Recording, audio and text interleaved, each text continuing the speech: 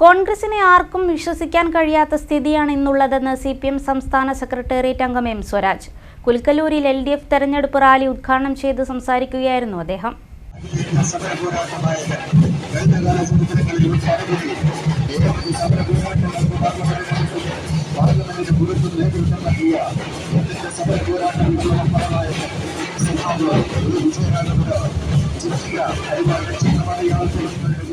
ഇന്ന് കോൺഗ്രസിലെ മുൻ മുഖ്യമന്ത്രിമാർ ഉൾപ്പെടെയുള്ള നേതാക്കൾ BJPയിലേക്ക് ചേക്കേറുകയാണ്. ആർക്കും കോൺഗ്രസിനെ വിശ്വസിക്കാൻ കഴിയാത്ത സാഹചര്യമാണ്.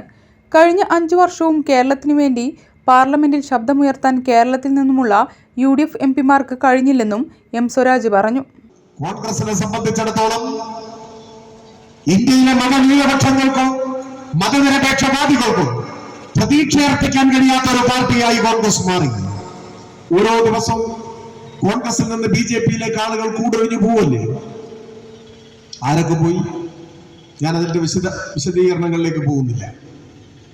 12 മുൻ മുഖ്യമന്ത്രിമാർ പോയി. 12 മുൻ മുഖ്യമന്ത്രിമാർ, നൂറുകണക്കിന് MLAമാർ, MP മാർ. അതൊന്നും പറഞ്ഞാൽ തീരില്ല. ഇന്ന് യോഗം കഴിഞ്ഞ ദിവസം പോയ ആളുടെ പേര് രോഹിത് ഗുപ്ത, അഖിലേന്ത്യാ വക്താവ്. ഇന്ന് ആരാണ് പോയതെന്നുള്ളത് നാളത്തെ യോഗത്തിലാണ് പറയാൻ പറ്റുക. രാവിലെ പത്രം കാണുമ്പോൾ ഇന്ന് പോയ ആളുടെ കാര്യമാണ്. തമിഴ്നാട്ടിലെ കോൺഗ്രസിന്റെ നിയമസഭാ കക്ഷി നേതാവ് വിജയധരണി കഴിഞ്ഞ ആഴ്ച BJP. കർണാടകയിലെ PCC സെക്രട്ടറി HN രവീന്ദ്ര അതിനു മുമ്പ് BJP. സുരേഷ് പച്ചൗരി മധ്യപ്രദേശിലെ കോൺഗ്രസിന്റെ മുഖമായിരുന്നു. അവിടുത്തെ PCC പ്രസിഡന്റ്, കേന്ദ്രമന്ത്രിയെ പോയി. ജാർഖണ്ഡിൽ കോൺഗ്രസിന് ഒരൊറ്റ MP ഒരേ ഒരു MP, പേര് ഗീതാ കോട.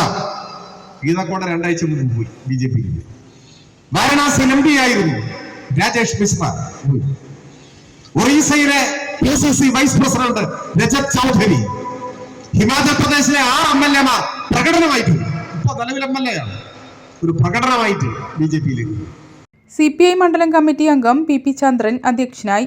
Muhammad Muhsin MLA, TK Narayanadas, P. സുന്ദരൻ, T. Gopalakrishnan, V. Ramani, TK Ishaq, MM. Vinod Kumar, NP. Sandeep തുടങ്ങിയവർ സംസാരിച്ചു. റാലിയിൽ നൂറുകണക്കിന് പ്രവർത്തകർ അണിനിരന്നു.